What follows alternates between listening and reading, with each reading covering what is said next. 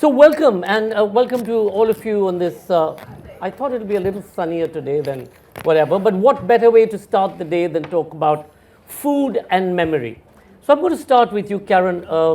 Masala Mem Saab, your latest offering, is really about Goan. Shall I flash it? Yeah, it's about wonderful Goan cuisine, but before that, Goan only. before that, one of the things that she said, one of her earlier books was about making food simple for men to cook. That was a sexist statement. I cook complicated dishes. What's this making food simple for men? Why? It was a marketing ploy. Okay. How many men in the room bought this ploy? In India, quite a lot. Oh, really? And it had a very sexy photograph of me about 40 years ago. So I think, along with the photograph and the title, it worked. But the recipes worked too. Much of your food has come from experimenting. Much of your food has come from different spices, but also your experience and your memory. Yes. Share some of that. Well, let's talk about the book. So in the book, this was a COVID book. So in the book, there are 5 chapters, and they are on Kerala and Goa. So not just Goa, but because Goa is the first chapter, and that was a chapter that I also pitched to the publisher. So it's exciting because I am from Goa. And so for me, I've never lived in Goa, unfortunately, but my heritage is Goan. And so it was very close to my heart, so it was the first chapter. And then, and there are a lot of recipes from my family. And I actually had that COVID time to call relatives and say, what is your recipe for prawn curry? Of course, I got 20 recipes, none of which were the same. And then we've got Kerala and so on. People said to me from the north, there's nothing here on Delhi. There's nothing on Punjab. So again, it's part of memory. It's my memory, and I don't have memories of Punjab because I'm not from Punjab, number one, even though I have an Anand surname. And also I don't have enough knowledge of Punjab. So where I had some Punjabi or Ladakhi or recipes, I put them in the last chapter, which was called Memorable Meals. So those are things where I've had great memories. So it really ties in with the title, because they are memorable meals, but there may be just one of them that I've had, sitting on a beach in some strange place. So the book is actually all about nostalgia. And sticking with Goa, Goa is not just one universal cuisine. Everybody thinks Goan is Goanese, but you have different kinds of cuisines in Goa. You have the Hindu, you have the Brahmin, the you have and the Catholic, which is strange. But Goa people don't know. Even the Catholics, there is a caste system only in Goa, and so a lot of Goan Catholics, for example, don't eat beef. My mother doesn't eat beef, which is a bit odd. So there's Hindu and Catholic food, but now of course Goa has become the center of India for great cuisine. But quickly, before I take up too much time, but I also feel that food is also, it's about memory. It's also about great experience. If you look at Goa, I'm on these judging committees, for Condé Nast Awards and Tatler now and so on, and it's always Goan restaurants that come up. And I think, why? Because then some are very good, but not all. And I realize it's the experience. It's when you're sitting on a beach, or you're with your girlfriend, or you're with somebody else's wife, or whatever, and you're having a great time, the food is going to be, the food changes. And it's also already, how many of you have been to Goa? Yeah. So, you feel relaxed. Obviously, the food's going to taste better. Yeah. The pings in Delhi is not going to taste the same as pings in Goa, or any of the Asagaon restaurants. So, I discovered Anand by accident. And my accident was I received this packet of pickles from Anand's family. And I took it home, and, I love food and I love pickles, and I started having it. It was a salmon Kerala fish pickle. I cannot tell you, if there's one thing that you all have to experience, is that salmon Kerala fish pickle. So drive off to Cardiff. Or pick up his book and experiment with some of the food that he's made. So Anand, your own experience, and you'd sort of gone back and forth, right? You kept getting demoted a lot of the times because you started straight from scratch again. You went off wanting to do something else, but you sat in the kitchen watching your mother cook while you were doing your homework and wanted to be far more involved in that than doing your engineering or whatever you were studying. Basically, I love to eat food. That's what the principle which I applied in my life. So I love food, and I thought, okay, but in Kerala or in those days, chefing profession, no one wanted. Even my dad never wanted me to be a chef. So I did my graduation in commerce. So, but the love for food there, and I lived in Kochi. For me, Kochi is not a city; it's a feeling. It's one of the colonial settlement, the first colonial settlement. So we had 163 years of Portuguese, followed by the Dutch to the English. And if you look at Kochi as a port, we got on a small 5-kilometer radius, the place I lived, we got 40 different communities. When we say Muslim, it's not just Muslim, it's the people who came from Afghan, the Patanis, the Yemen. So it's a wide variety. People came with their culture, heritage, got evolved and revolved in that small place with the availability of the resources and the economy of the family. And that was the food culture I lived on. And if I go back, I was there in Kerala till my age of 21, till I went to Taj School, Aurangabad to be trained as a chef. And to be honest, I never ever entered my mother's kitchen. Till now, I don't get that. But when I started, after my experience and qualification, my mother wrote me all the recipes, all the dishes, what I want, even my mom's sister. So when I got the opportunity to do my own restaurant, that's where I started incorporating. So we do a dish called tiffin sea bass. The reason we call it tiffin sea bass is because I won a competition in the House of Commons. So it's basically a fish curry, but it has got 4 different elements. It has got a fish curry which is made with coconut milk and mango, a masala dosha potato that I replicated as a mash, pan-seared sea bass and a beetroot pachadi. So all the elements of Kerala cooking.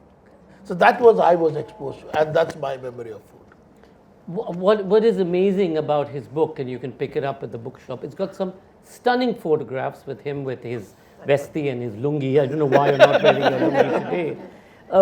But equally important, Anand, you know, when we were studying in London in the early 70s and being called Paki all the time, what was interesting is that Indian cuisine, primarily brick lane, etc., you got a Kerala Balti Kashmiri prawn. You know, whatever that meant, prawn, Kashmir, Kerala, weird. How difficult was it for you to be able to explain to people that this was a unique cuisine, this may be Indian cuisine, but it's not just curry, and that it's from a particular area? I had the challenge. So when I came to London, it was an eye-opener. I used to be in Leela, Bombay, and I was heading a kitchen. And when I came here, I was more like an apprentice. So I spent 2.5 years in central London, then moved to Cardiff. And Cardiff, I would say, was 20 years behind. So their people need biryani with a sauce, and they need something called half and half. So whether they'll have half chips, half rice, and that's the way. And half chips and half what? Half rice. Oh. So half chips and half biryani. Half rice. So that's what still is there. One of half my and half. One of my street food restaurants is the market. We sell the chicken tikka masala. We call it the chicken tikka masala, but it's a classic murg makhani. But we call it the chicken tikka masala because but they have it half and half, and they call it the half and half. So it was a challenge when we opened the first restaurant.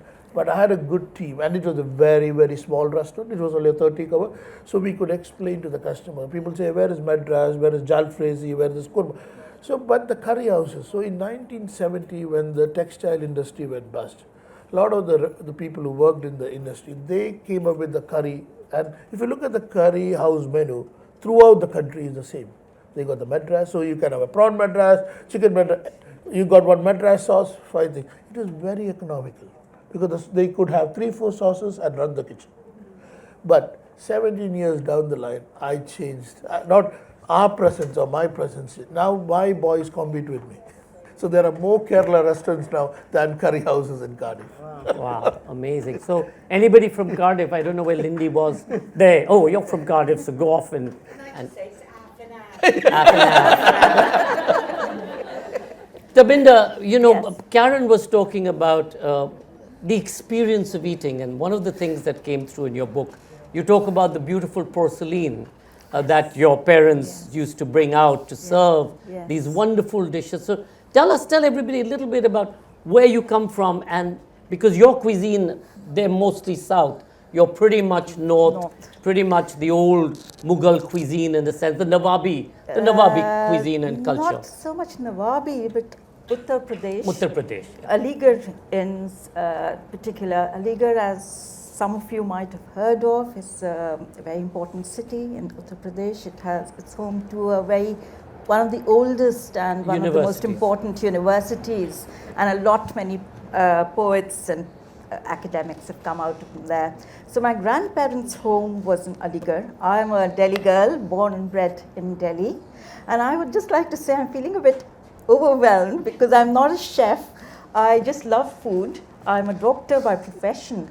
But the reason I wrote this book was so that I could celebrate the home-cooked food.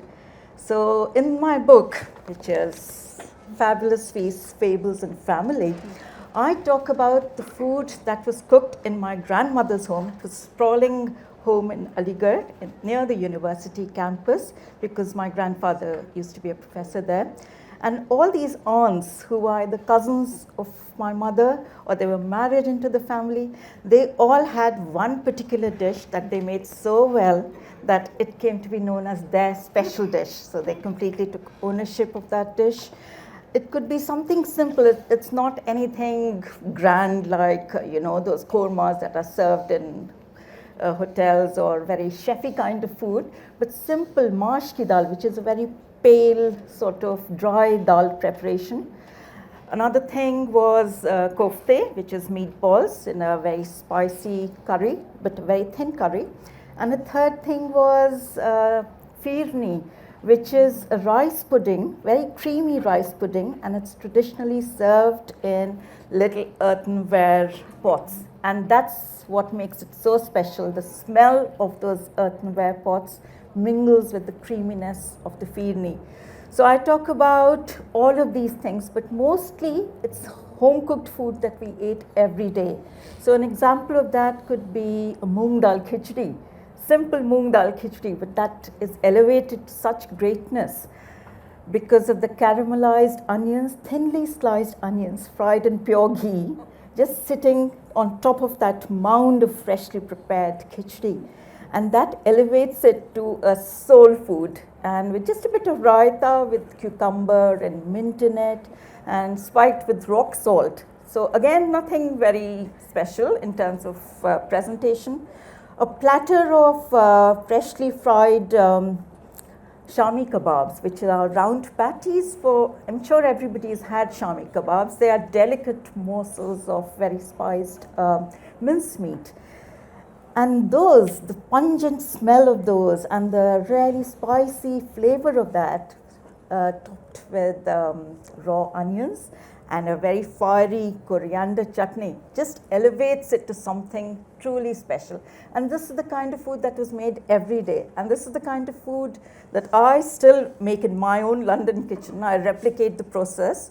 I don't know with what success. You're not inviting all of us After saying all of those things. I mean, come on. And of course I've spoken about firni.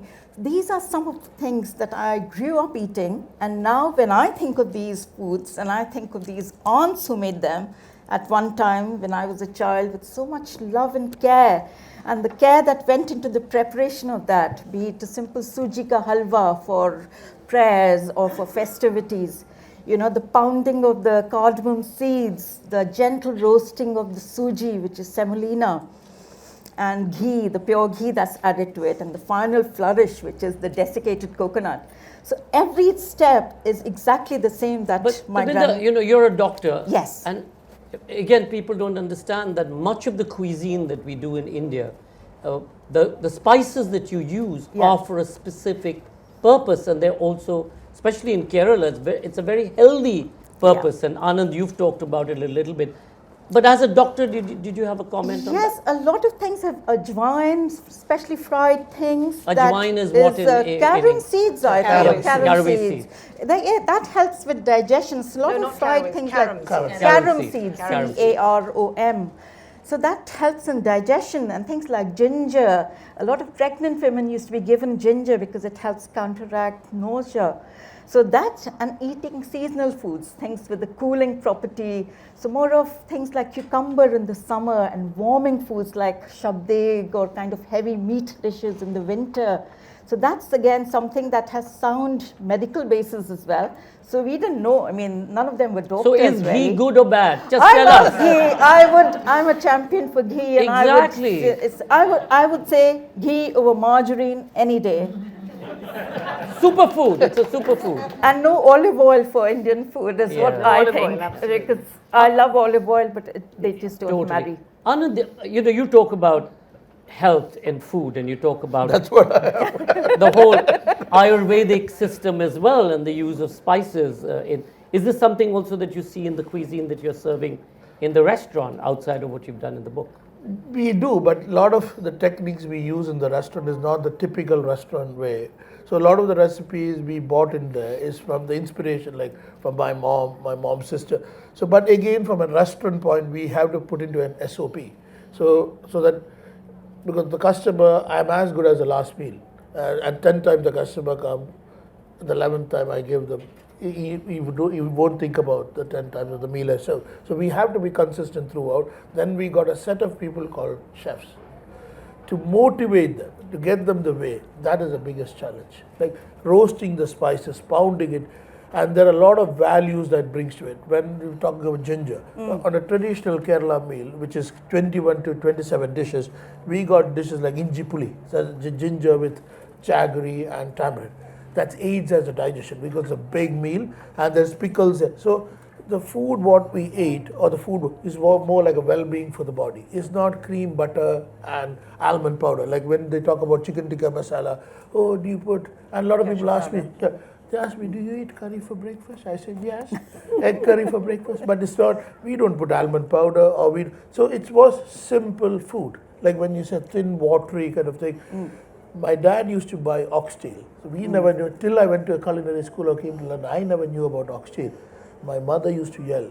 We had an earthen pot and we used to make a soup out of it just before the rainy season. So basically it's preparing your body to face the winter or the summer. So, and even the kanji, we have something called breakfast, which is the rice which is soaked in water. Fermented in water. Yeah. So, and they say that, I also never, they say that the magnesium and the potassium content comes up and they eat with yogurt. So it's basically when you're working on a tropical climate, it cools down the body. So that is the kind of food and the lifestyle The probiotic as well. lived on, and it was more like a well-being of the body.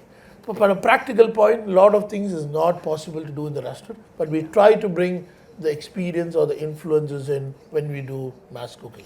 You know, what's interesting, and I don't know what the experience is, but when any of us go to a restaurant, and yesterday I was in a famous restaurant with a leg of duck, but it certainly wasn't what I'd eaten in the previous time that I'd gone to that same restaurant. So how do you ensure that you have the same quality, or does it change? Is it like art that every day it'll be a little different despite the fact that you have a formula? They say that cooking is an art and science, but that's from a personal perspective. But a lot of people, it's like when I came to the profession, I took it because I love it. I love food. I like to serve the customers, and I see the customers' happy faces. But when people, like a lot of people, they take it as a job, and then they don't have that kind of enthusiasm and passion to do the dishes. So what we do is SOP. Just follow the recipe, and that is the biggest challenge, because the chefs think, or the cooks, everyone is called, even the cooks are all chefs are all cooks, but they won't listen. So, so that's where people like me come in, to back them. And people say that you can't be nice with them. Right? You need to be very harsh, because we got a standard recipe we taught them to do, but still they do the shortcuts. So if you had the duck, it should have been done confit. But if you have to do the confit, there's a technique before that. You need to spice it. When you spice it, then you wash it. So if you have not put the spice for an hour, it won't have anything, because otherwise confing, it's in the slow fat for a long time, there is no flavor. So, and again, when they have to finish it, so there is everything written, but people try to do shortcuts. So where's the innovation? How did you innovate? is my thing to how to make different. Like when I worked when I say the Tiffin Sea Bass. So when I used to train in Taj Coromandel, so that was one of the best places I've worked. And one of the most delicious restaurants. Southern Spice. Amazing food. I mean, he was God. He used to find a way to get to the meeting to go and eat in his restaurant. So it was we had food from Kerala, Karnataka, and good cooks. We're all experienced. So the problem we face in the industry, in the catering college, they teach us something totally different. And the real learning happens in the industry where you work with chefs, they're called cooks in India, who are not recognized, paid very little salary, and they work with a lot of other cooks who not even taught them. When I went to train, a lot of the people don't even show you the recipes. And they'll have some spices in the pocket. No, this is one of the reasons the Awadh or the Lucknowi cuisine failed, because they never shared the recipe. There was a portioning of like the fat to the meat for the kebabs, and they had some spice powder which they never ever show. So I don't come from, we believe everything is recipe. So if you want to make a fish curry for 2 kilos, this is that. There's a 5 kilo recipe. So you just, but there will be a slight difference when the temperature comes in. Whatever standard recipe you do, the amount of heat comes in, the volume, like when the oil is heated up, you put a mustard at certain temperature. You can say that 2 minutes, but it's full on, you burn the mustard. There is no way you can, it's burnt. But some cooks, they don't want to throw it away and do it, they'll do it. That's where the standards go wrong. Anita, you started your career pretty much at the same, we all started, television, you were making food, you had a wonderful television program. Obviously the food that you cook on television is, I've done a couple of television shoots, can't eat that food, half of it raw. No. But so tell us a little bit about that. But I just want to tell him about, absolutely, continue about Qureshi, who is, was the god of ITC at one point. And he did that with me. I did a TV show with him, and he did this really complicated, fabulous biryani. And then I said, Qureshi Saab, you must give us something that somebody can do quickly, because my whole thing was to make Indian food when I came back from the UK, to make Indian food accessible to people, because otherwise it was just complicated recipes. And I was at the end of the shoot day, and I said, I'm really tired now. We don't have time. I don't have time to look for your ingredients for a week, rose petal and dagdi pool and this, and it was very complicated. He said, I have something called kenchi kebab.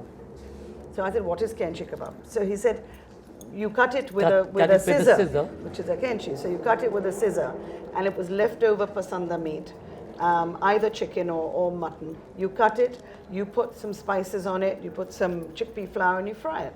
I said, God, that sounds easy. So he takes the garam masala that's been freshly ground, he puts the, and then, as you said, something comes out of the pocket. So I'm looking, and the camera is on him, right? And I'm like, what's in the pocket? He was saying. And there was this little vial, like a Romeo and Juliet vial, in his pocket. And he takes out his masala, and he quickly puts it back in the pocket. And of course it was delicious. And he gave me the recipe, of course, because I was there writing it all down as we were going on. And it was delicious. I went to make it myself. I think it was 90%, because I was quite diligent about writing it. But that 10% was his pocket. So this does happen, but it happens more for TV, as you say, not so much in a restaurant, because you can't afford to. But yeah, when I started TV, it was cowboy days, in India. Nobody had heard of a food and travel show. We made it up as we went along often. There was no real script. It was like Shekhar was saying yesterday, I get there and it's the moment, So it often was. And people didn't mind. They didn't mind that. It was actually the precursor to a lot of this reality TV that you see now. But as far as cooking is concerned, when I did Cook Na Kaho, which was the second or third series I did, where I taught young men how to cook. So, of course, they had to be a bit celeb, right? So we had a young cricketer, a young actor, somebody else. And we had 3 kitchens. So we had one kitchen immediately after, and things would come out that were for the camera. And then we had one kitchen like a kilometer away where all the prep was done. And then we had a third kitchen which was for the close-ups. And that was 3 cameras. People like Kylie Kwong and Nigella have 5 cameras. So you can't eat any of the food, that's for sure. But it was great. It was great. I'm talking about 90s. And now, of course, TV is a bit redundant. But it was great time. One of the things you've also been known for is really creating the farmer's market or an equivalent of and farm to table, which you've done so successfully in Pune for so many years before COVID. So how did you come about doing that? Because even some of your jellies and jams and cheeses, etc. Well, we started, my husband and I had, sound like the Queen, had traveled a lot in Europe, and we'd seen farmers markets, and we said, in India we have farmers markets, but they're not exciting. They're really somewhere where the sabzis are sold. Let's do something a bit exciting. And there were so many young people, especially just before COVID, so many young people who made pickles and made all sorts of things in their homes, and they wanted an opportunity to sell and to experiment and to see if people liked it. Some of the people actually became quite big. We launched Paper Boat at one of the markets, which became a very big success. In India, there were natural juices. We launched a lot of nice products. So it started off with I start everything with it's going to work. My husband is the opposite. He has, if the glass is half full or half empty, are you half full or half empty people, right? I'm always half full because I never see the empty. He's the half empty. And he said, I never said anything to you because I thought, who is going to come to these markets? And we had like 300 people in the first market, word of mouth. And then when we had our last market just before COVID, we had 5,000 people. So, it's just that I think this is a response to what's happening today. Tabinda, food, of course, wonderful memories, amazing. Yeah. Politics of food, really complicated. Not just in India, but yesterday we did this little walk enactment looking at the East India Company, and one of the things that they did was give a pepper in exchange for a whole basket of warm gloves, and that was how valuable that pepper was. But in India today, for example, the food and the politics behind it, that we're all supposed to be vegetarian. I mean, for me, chicken is vegetarian and I don't go near it because it's, how do you see that sort of impacting food in the way that food used to be made? So I think food is a very personal choice. Everybody should be allowed to eat what they want to eat rather than, not cannibalism, of course, but generally people should be allowed to eat what they want to eat. Thing of vegetarianism, I think it's to do with the purity, and that's what was being celebrated, put forward. But I think home-cooked and simple food is the way forward. When I go to India now, I don't see people eating the kind of food that I grew up eating. There's a lot of fast food, there's a lot of junk food, there's a lot of Deliveroo kind of apps in India. And people are losing that, the simplicity and the benefits of home-cooked food. I know it's a lot to do with people don't have time, people don't have the energy after jobs to come home and cook. But it could be a myriad of reasons why it's not the way it is. But I think home-cooked food is a lot healthier. Even if it's a sandwich, it's a lot healthier than those deep-fried things and those heavy curries with lots of sugar in them, lots of salt in them, and lots of fat in them. So the 3 things that really make us unhealthy. And I think. But he loves all that. He loves all that. Sugar, I salt, like and a fat. treat every now Not and then. sugar. Everything Not is sugar. good in moderation, and I think that's the way forward. That's my only. Anand, Cardiff, as she said, everybody wants to order out all the time and fast food. When you come into a restaurant like yours where, there's this whole concept now of slow life, of that the food needs a certain amount of time to be prepared. But when you're in a hurry in a restaurant, what happens? You go in there and say, I want it now, I have a meeting, I have to leave. So the reality in the restaurant is They're not made then and there. Like few things only we'll cook, like chicken tikka, which is marinated, the chicken breast. It takes 5-6 minutes. That's like a lamb shank. Definitely, it's cooked. Even the rogan josh is cooked. It's reheated. So the practicality, and again more than that, the consistency. Otherwise, every dish he has to do 45 minutes. Again, the consistency won't. So we'll make 20 legs of rogan josh. We know that it has got a shelf life of 3 days. And again, we use technique. We use the blast chiller. So definitely, when it's out of the cooking, it's 95 degree. Straight away, 90 minutes, it's gone into 3 degree. Doesn't mean it's not frozen. It's and then it's gone. And now with the vacuum pack. So there are a lot of advantages now you get. One of the restaurants which we do recently, new one, which we did was we did vac packed everything individual portion. That was a lot of labor for us, but the dishes was phenomenal. So we did the beef fry. So it takes a long day. It takes 2 days to make. So first we cook the spices along with basically braise it and keep it, and the next day we cook in a black iron kadai with small onion, the madras onion, garlic, ginger, and stir fried it. So normally if you vac pack it and leave it in the water bath, the flavors start coming up, and then you finally finish it. It's not dried up. It's juicy. Normally when you cook the meat for a long time, like 2.5 hours, even though we use the beef brisket, sorry beef.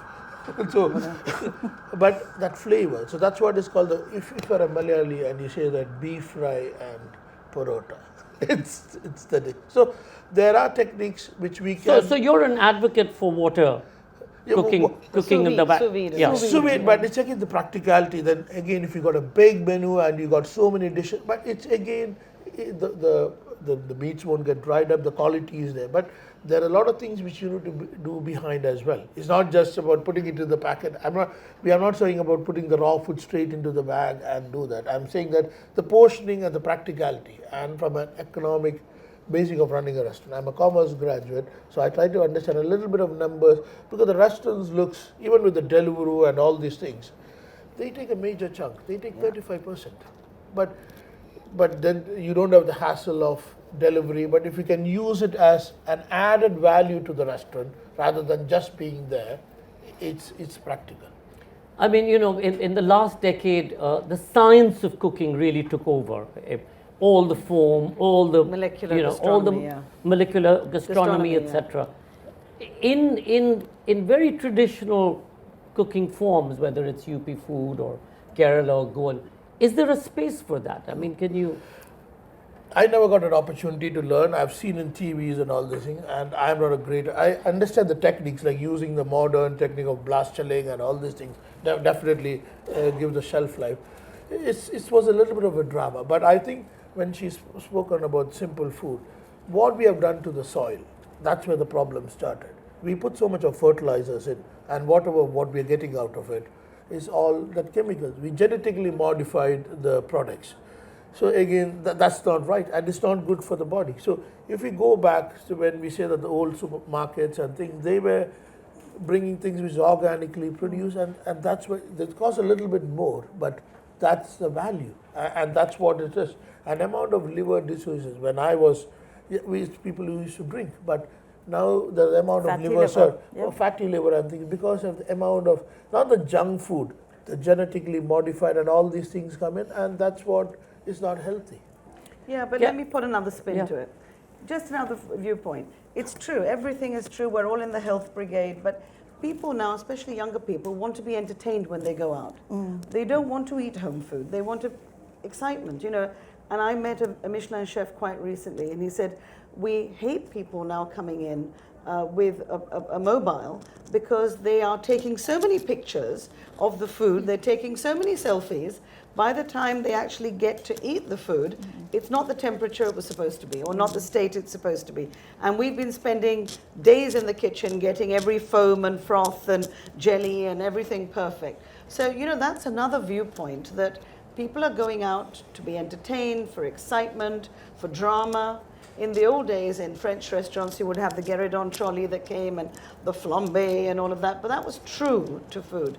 Today, you have all this artistry on a plate. So, do you do that, or you don't do it? Anand was talking about value, and you and I were talking earlier, saying you were in South Africa, in Van Schaick. Anybody been to Van Schaick in Cape Town? Most amazing number of Michelin star restaurants in about a mile, a radius of a mile, in Van Schuik in Cape Town, which is a fabulous wine-growing country. The price of food today in a restaurant, of course, you go to a Michelin star, 2-star, 3-star, whatever. But you said you went to a fairly simple restaurant and had the most amazing food without breaking the bank. And overlooking the sea and your toes in the sand. And to me, that's important. It's not just the food anymore. I've had the Michelin food and all of that. It's really simple food looking at the ocean. But yes, you don't want to break the bank either. And today, you know, eating in London has become prohibitive. But it's also because of the rents and everything else that, you know, you guys And sometimes have. it overcomplicates as well. The Yeah. processes, I'm not against the form, but sometimes they do so much of processes and the services, they could do only 40 covers. So if you want to run a place, you got only doing 40 covers, 5 days, into 4 weeks, the economies of scale. So then the dish which can be done at 20 pounds, it automatically scales up to 40. Or people will spend more money on a certain dish, Yep. but they won't necessarily, if they go out to eat lamb that's organic and it's from Wales and all of that, maybe they'll pay a little bit more, Yep. but they wouldn't necessarily pay it for a vegetarian dish. I don't know if that's the same in the UK. The issue is the number game. So end of the Yeah. day, for any business to survive, you need to have the number. So either you bring the price down where you do volume, then the Michelin inspectors and all these come. So I don't have a star. I'm in the Michelin Guide, and we prefer to keep it on a Michelin Guide, because if I go onto a Michelin star, the restaurant will close down, because then on a busy night we'll do 140 covers. Definitely there will be some mistakes in the service point there, which I'm not saying that we deliberately make it, sometimes happens. But in the Michelin, I lose the star. And we need that kind of 70 cover nights, 140, sometimes we do 20 covers. So in a week, we compensate. End of the week, we would have done the 500, 600 covers we wanted, and that keeps the business going. That's a business of food, yeah. Tabinda, pizza, for example, is completely taken over the world, right? Yes. Will we ever have a Halim pizza? Halim pizza sounds horrendous, but I'm a great fan of pizza, but I don't think. But the Americans have That a we know for Hawaiian me. pizza. They have a Hawaiian. They yeah, have everything. pineapple on Ham pizza, and yes. pineapple Yes. So how does food travel? I mean, again, you talk Yes. about it in your book. How does Yes. food travel, and how do how do you experience it? So in my case, I would say I've traveled from India and the food has traveled with me. And hopefully in the next generation, wherever my daughters will go, it will travel with them. The memories and hopefully the know-how will travel with them. But in other cases, I think it's to do with mass migration, it's to do with people going to other places for jobs. And because seeing UK as an example for that, it's because a lot of people in the 70s from India came here. That's why, and they missed their home cooked food. That's why there was so many, curry places coming up. And now curry is the national dish of United Kingdom. So I think we've done something Well, there. a bastardized curry is really Yes, not, the it's not a dish Balti- at all, but the it's a Balti- pretend dish. Yes, Yeah. yes. So that's one of the reasons that food travels through people, really. And I think London is a great place in terms, I know it's very expensive to eat out, but we have that luxury of being able to eat really good quality, authentic food. So be it Lebanese food, there's a good Lebanese community, Greek food, Turkish food. We've been to a lot Japanese. of Turkish and Japanese places which are authentic. They're not adapted to the palate here like the Indo-Chinese food. The Chinese food in India, when I came and had Chinese food here, tasted nothing like the Chinese food we had in Delhi, because that was more, Punjabified and spicy. But the Chinese food, as is served in China and here for that matter, is nothing like the Chinese food in India. But yes, we are very fortunate that we have all that kind of food, and it's because of migration of people, really. Because when people move to a country, they miss their food, and that's why there is a demand for that. And I think it's a good way that people are, the youngsters you said, I know apart from the annoying Instagram-friendly photographing, it's a really good thing that people are trying different cuisines, because that's what the idea of food is that people should be able to experience. It's Experience. not like going to Spain and hoping to have fish and chips or baked beans on toast there. You should enjoy. Well, on Ramlas you that's- can, but that's yes. horrible. Yeah. So it's just enjoying the local cuisine and the cuisine that's at our doorstep without having to go anywhere. Anand, post-Brexit, service, has it become more problematic? How are you coping with just, everything is about service. You need people. They opened the work permit system for us, but it was more costly. So to bring a chef from India was 27,000, but the cost to the company is 30,000.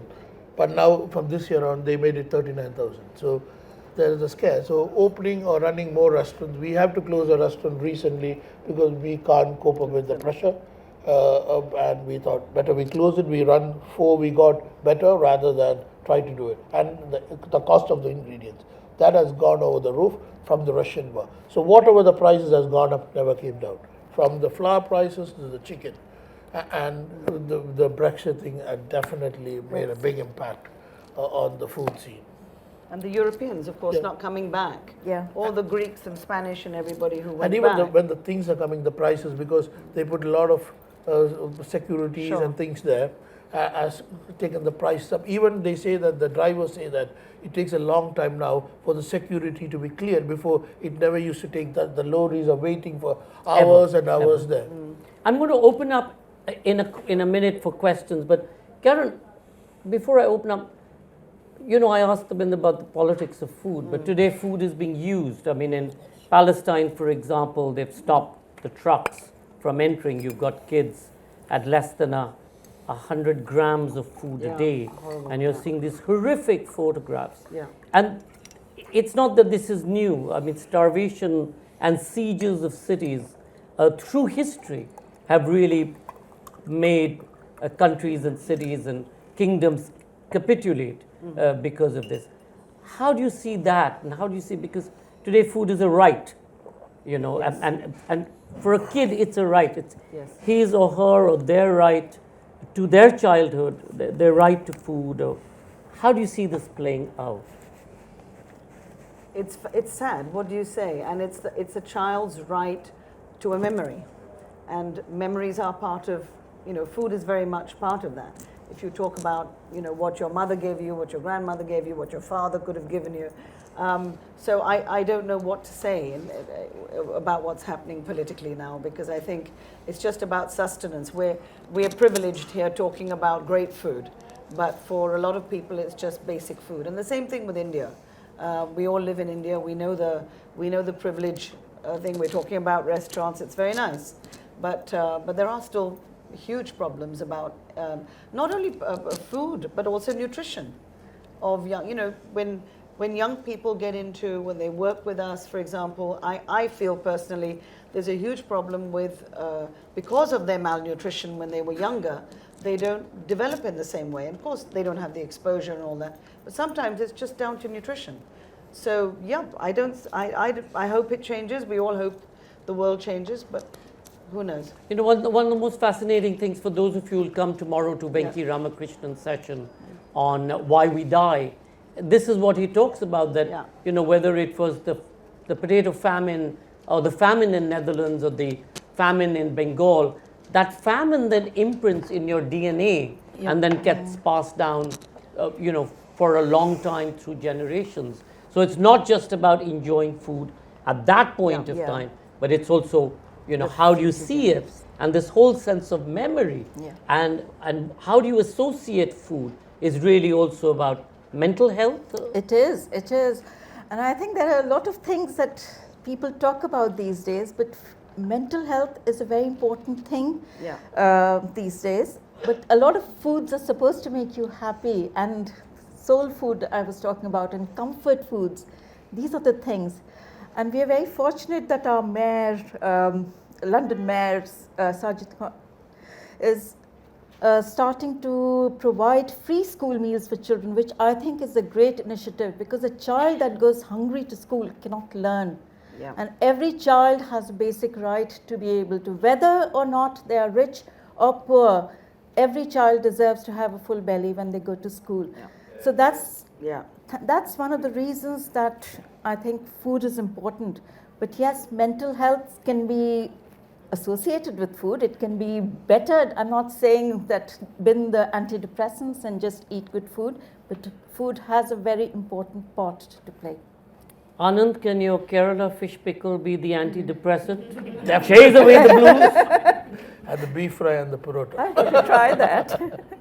But is that something? You can talk about beef here. Yeah. He was a bit worried, but it's a UK audience. We can't say the B word in That's India. what I said. If I look back, food was a memory and it was happiness. Like when we got a wedding or a day before, the food was the masterpiece. And that was like, and that time it was house cooks or aunts there. And it was like a celebration of food and happiness and people sharing. Now, from moving from into a nuclear family, these things have changed. Now people come for the event and the caterers are doing it. They say hello and go. So it had a lot of that impact on the society and the human beings. And Karen, food connects you to your roots, your tradition, your being. At some point, yes. But I must say one thing, that a lot of traditional recipes, the reason they're not, I think, continued is that they're tough to do. Yes. Indian recipes. Yes. Because, we had people in the kitchen who would chop and cut and grind, and we don't have that today. Yeah. So what I like, although the recipes in my book are traditional, I try and choose the ones that are not so difficult. Because if it's going to have 20 ingredients, you're going to close the page. Yeah. You're not going to do it. So it'd be nice, I think when you go into that, for example, when I go to Italy, which I do quite often, I take my masalas. But what I do is I don't necessarily cook a kolhapuri mutton with it. I take that masala or that spice and I put it on pasta. And now my Italian friends eat it. They love it. They don't know what it is, but they know it's a little bit different to what they've been eating. So I think that's the way of continuing. Your favorite go-to food? Indian? Doesn't matter. Anything. Whatever. When I get back to India, dal chawal, for sure. Moong ki dal chawal, for sure. So that's or aloo matar or something very, very simple. But I think when I'm in Europe, I had oysters last night, which I love, and I don't get them. So that's my go-to. Anand, apart from beef chili fry with paratha. Only beef chili fry. Biryani. The Malabar biryani with kaimar. Syrian Christian version, the Malabar. Malabar. Tabinda? Aloo ka paratha with ghee on it, a little butter. For me, it's fried bhindi, fried okra Is it? with As a Bengali, it's with rice and a spot of ghee. There you are. Ghee. That's for. So questions? Yes. We'll just wait for the mic. They'll get you mics because these are all being recorded. Our audiences, as you know. Okay. A lot of times we cook to bring back memories of the past, right? We've mentioned thinking about growing up in India and aunts and grandparents, but the new generations of Indians, as they travel, may not have those memories anymore, right? They may not have any family in India. They may marry somebody who's not Indian. So how do you think the next generation of Indians' memories are going to look like? And how do you use the mediums that you have, right? TV, restaurants, writing, home cooking, to foster those future memories? So memories, how do you propagate them and how do you marry them? One more? Anybody? At the back?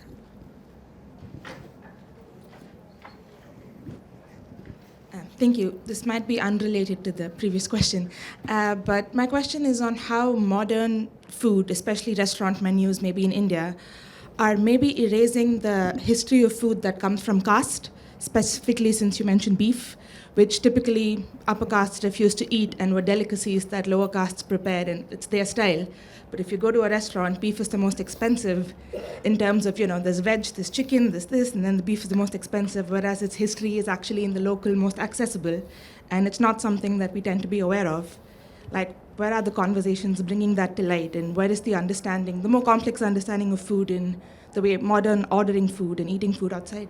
Sure. So food and caste, one more. So just to say that, in earlier times, the upper caste, so in our family, if you're a Brahmin, you got the best cuts of the beef first. So that changed because of the religious change of it, but initially it was pretty much that. So in terms of food and mental health, obviously with COVID and lockdowns and things, a lot of people came to cooking maybe for the first time, came to different cuisines. now kind of life has moved on, I guess, in a sense. Have you got any hints and tips for people to kind of keep hold of that moment and that togetherness and that power of positivity through cooking at home? So power of positivity from cooking, how do you propagate and make sure that you don't lose your tradition, etc., and the issue of caste discrimination, the politics of food? Well, I'll take memories because it's the easiest one. Then you can have the difficult ones. So, All right. as I said, I think the only thing to do with young people is, one, you continue cooking, or you can take that spice and make it a dish which appeals to young people and add that spice. So you're not really bastardizing, as you say, you're not really fusing, but you're just adding flavor. And I think that's one way, because it also, you don't want to shove things down people's throats, right? As a young person, you don't necessarily want to eat a biryani, and then you go to all that trouble, and then are you going to make it again? No. So I think the thing is just to, infuse and insert things that could be interesting.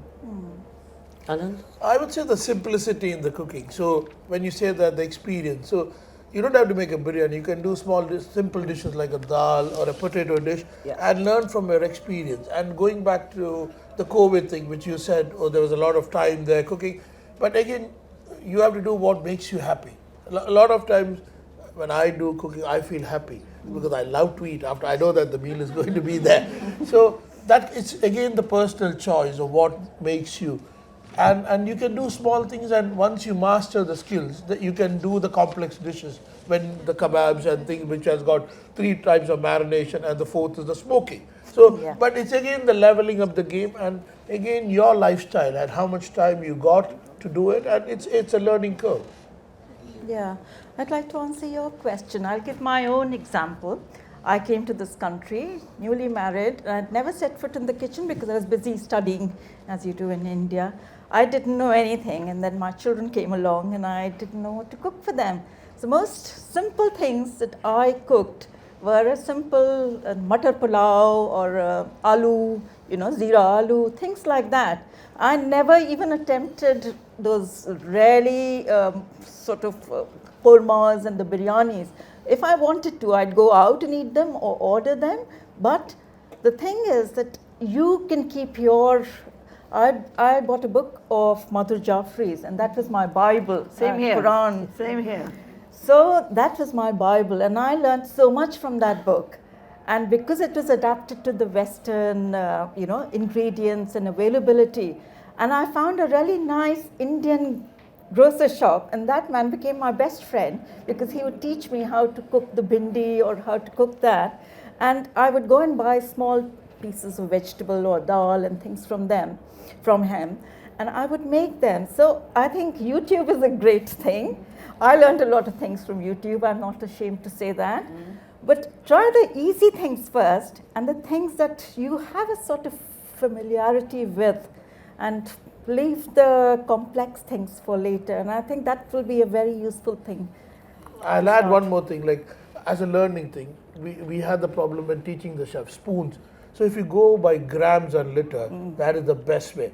Like look at when you make the breads or buns, or why you get it all the time, right? Even the cakes, because you exactly follow. Because Indian cooking, you think, I know it, 2 spoons, 3 spoons. The spoon can be a dessert spoon. So I would say that go by grams and liter, and that's what I teach when I do the classes. But you can't do grams at home. I have a cup that I use I do a cup. You can buy weighing scale which can go up to 1 gram. No one is going to do weighing scales If at you home. can do that, trust never me, used if we can do scales. that, you'll get there. Because that's where initially we had this problem with the chefs to measure. They said, I know which is 200 gram, 20 gram. You said measure. And the spoons are different. And if you do that, because I got a lot of people who come for my classes, and we make them do 4 dishes, and they say, this is better than what you made. Because the principle we applied was everything was measured and given to them. Wow. The question about politics and food, the politics of food. That's the hard one. Oh gosh, that comes to me. What was the question again? Was it about caste? Caste in modern food. I don't know if I'm qualified to answer that question, but would somebody else like to take that from me?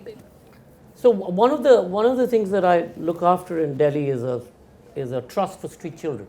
These are kids who run away from home, and typically, if they've run away from home, most of them would come from very poor backgrounds, and would vary from, but most of them would be from obviously lower castes or minority religions, and it's really complicated. Food for them is complicated.